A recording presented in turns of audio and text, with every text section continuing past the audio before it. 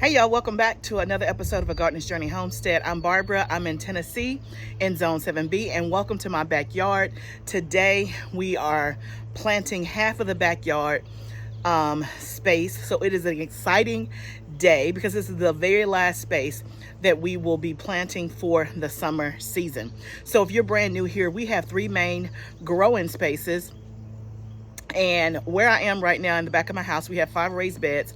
This is where my gardening journey started 4 years ago in April 2020. So this is always special to me, and I think I will always forever grow something back here just because it is where I started. You know, you can't forget your roots.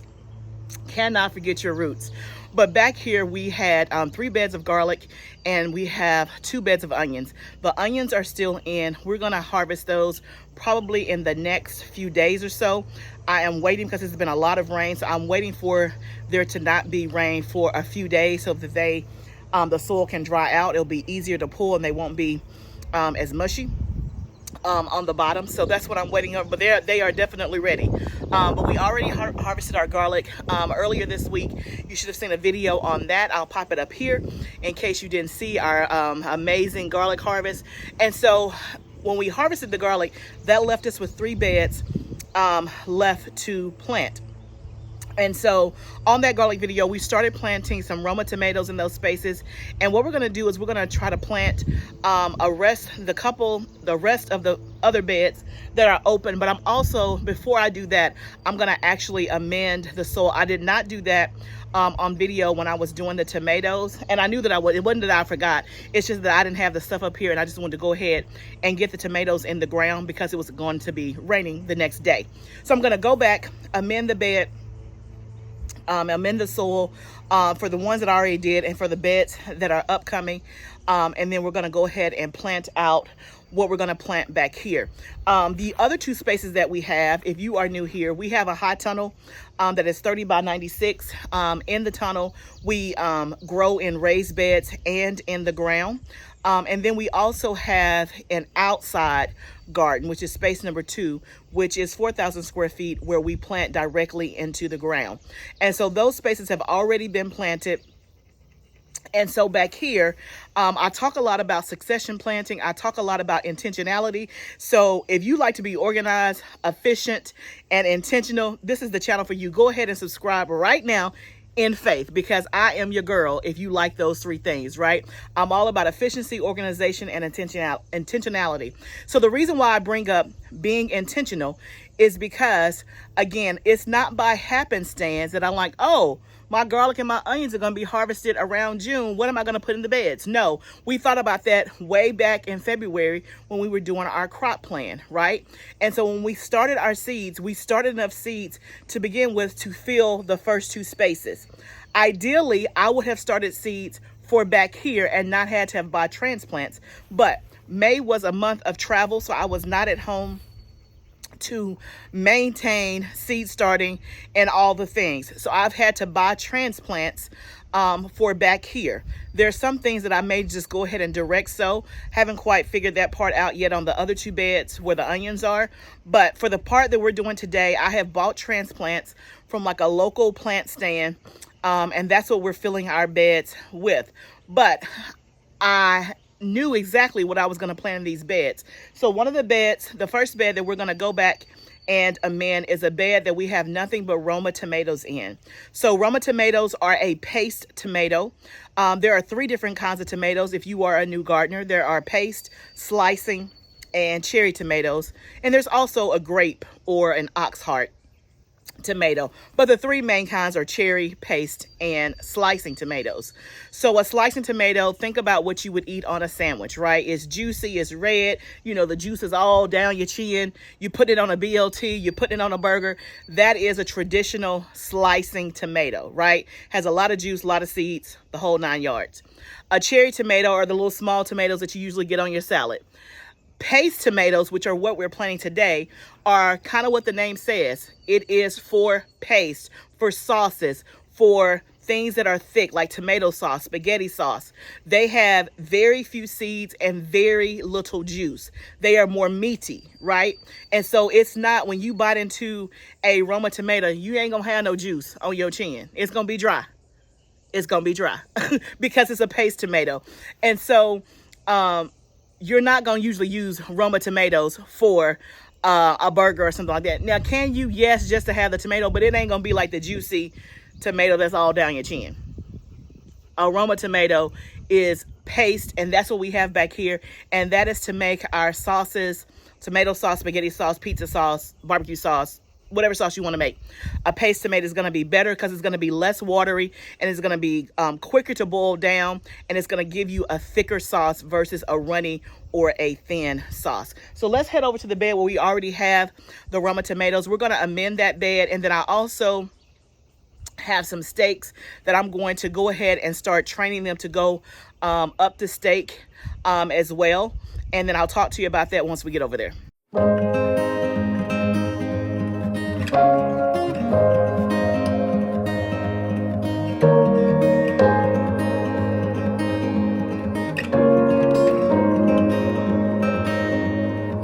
Okay, you guys saw me amend the bed. So I use some cottonseed meal, which is high in nitrogen. Tomatoes love nitrogen.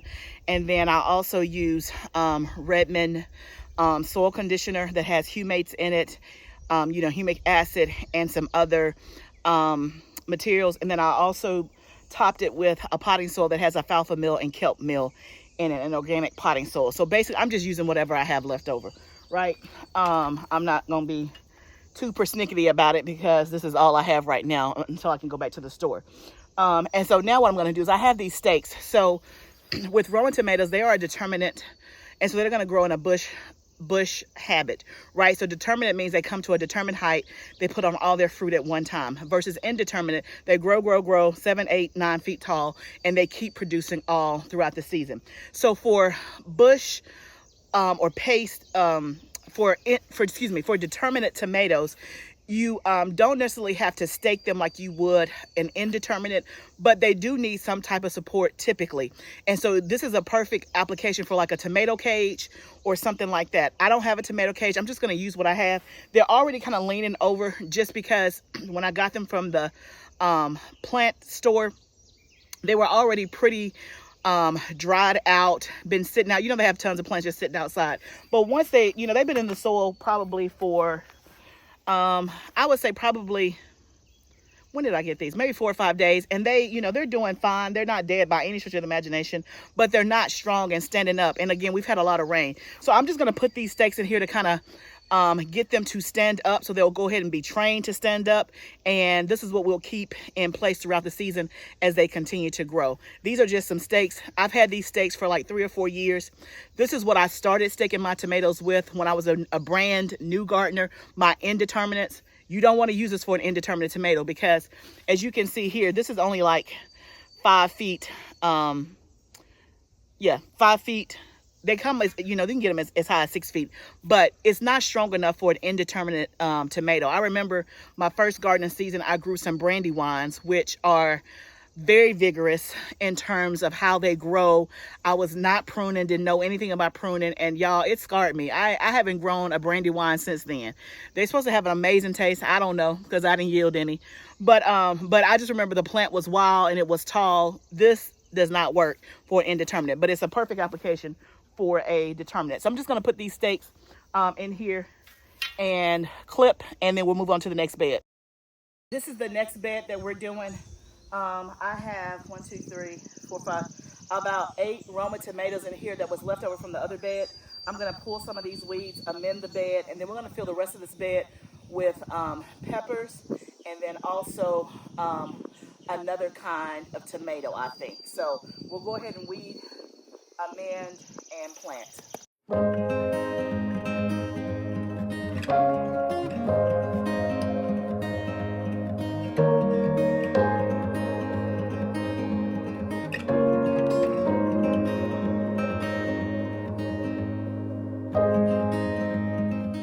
Okay, we got all the amendments and stuff in. So now I have 6 orange bell peppers that I'm going to add to the bed.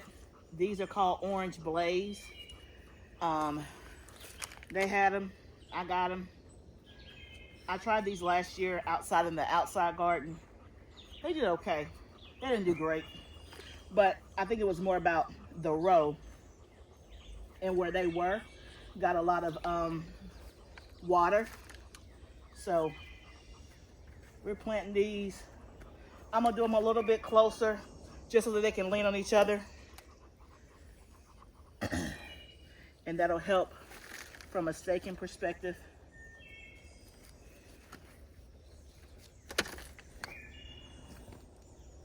Let's see.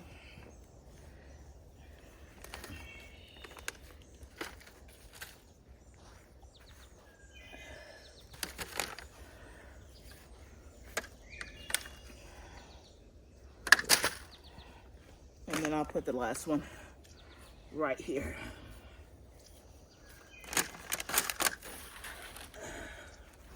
The joys of planting in a raised bed goes quick. Okay, so half of that bed is planted. I have 7 Roma tomatoes in this bed, and then I just planted 6 orange bell peppers. So now what I have left are these tomato plants. And I made a mistake not thinking. I bought these. These are celebrity tomatoes, which is a slicing tomato.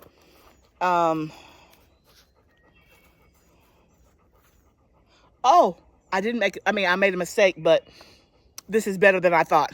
Great. Okay.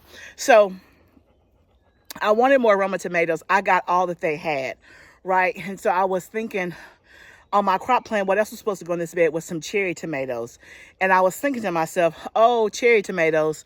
No, I don't know if I want to do that because most cherry tomatoes are indeterminate. And remember, I don't have trellising back here, and I don't want to put trellising back here in this bed. So I grabbed these celebrity. I'm like, oh, I've never done those before. Those are some slicers. And I just wasn't thinking. I'm thinking, well, that's the same thing. But y'all, check this out. Bam! It says determinate. I didn't know that. So this is perfect for back here because this is a determinate variety, which means it's not going to get 7 or 8 feet tall. It's going to get to, a determined height and put on all their tomatoes at once. So this is actually perfect. So even when we're not thinking, the Holy Spirit is thinking for us on our behalf. What a blessing. Because I'm thinking, okay, I got these 6 tomatoes. What am I going to do with them? I have no more space out there. And I really don't want to deal with 7, 8 foot tall tomatoes back here in this raised bed without trellising because that just gets crazy. But I'm like, I don't want to throw them away. They look good. So y'all, it all worked out. So these are going to go in the bed as well as this. That'll be fantastic. So this will give us another slicer, a new variety that we've never tried before. If you've done celebrity, let me know how it tastes, how it performs. And let's see what the back of the thing says. It says full sun, 6 hours. Yep, no problem.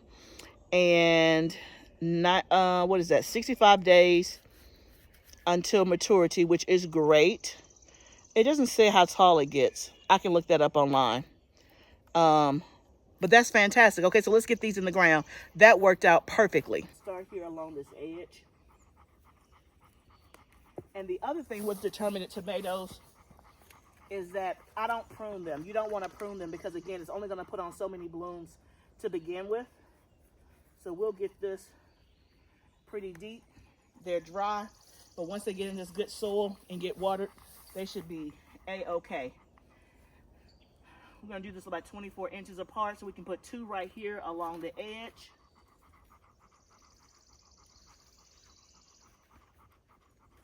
Perfect. And then we have 4 left, so we should be able to do 4 right here in the middle row. I had no idea these were determinate.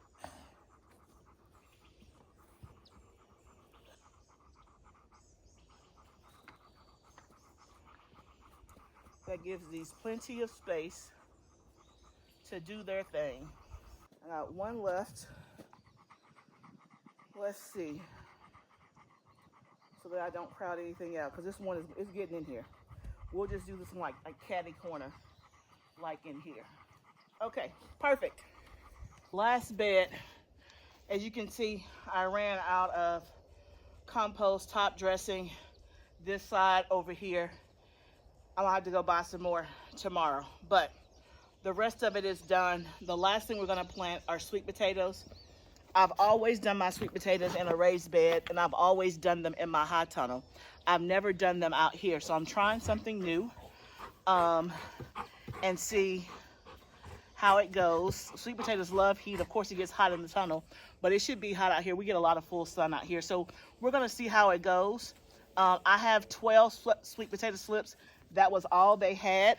I wanted more. I wanted at least 18, but I only have 12. So we're gonna get these 12 in here, and maybe I can find more tomorrow. You're gonna plant them about 12 to 18 inches apart. So let's see how many we can get down this row. Again, they're real dry, but we're gonna water everything in just a moment once we get done. The thing with sweet potatoes though, they grow wild, meaning they grow a lot of leaves. So it'll be all out here in the aisleway, which is why I picked the end bed and not a bed, two beds that were, you know, close, that were interior is what I'm trying to say. So hopefully when my husband is weeding and cutting the grass, I can just put all the leaves in here and it'll be fine. At least that's my hope. So we were able to get all 6 of these on one side. Last was going down here.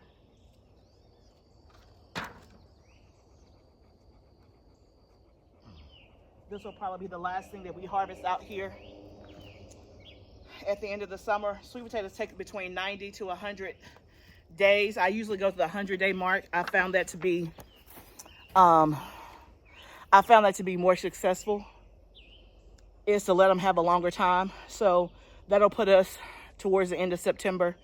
As long as you get them before the first frost, which our first frost is usually like mid to late October, we should be good. So I'm right in the nick of time. I normally do my sweet potatoes probably like mid-May.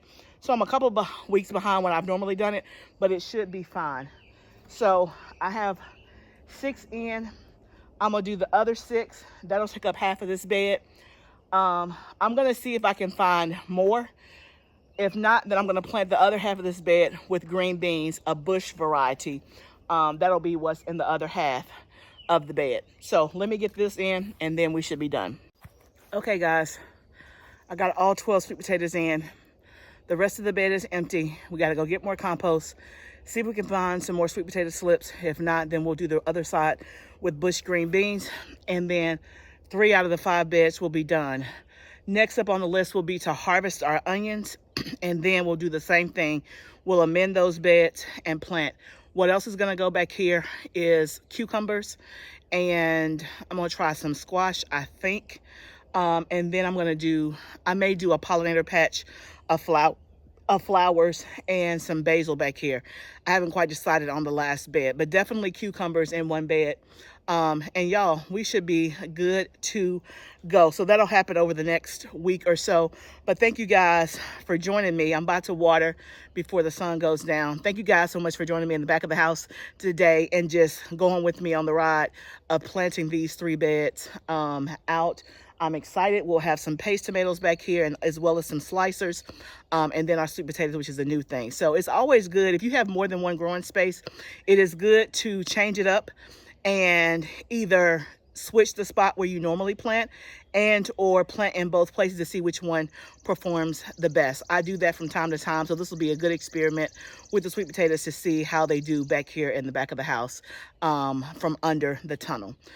Anyway, I hope that your gardens are growing so well. If you haven't subscribed yet, I would love for you to subscribe. Click the bell so that you know when I'm always live. I'm usually live 3 times or record and upload 3 times a week, Monday, Wednesdays, and Fridays. I hope to see you on the next video. Remember, gardening is a journey. Let's grow together. I'll see you next time, friend.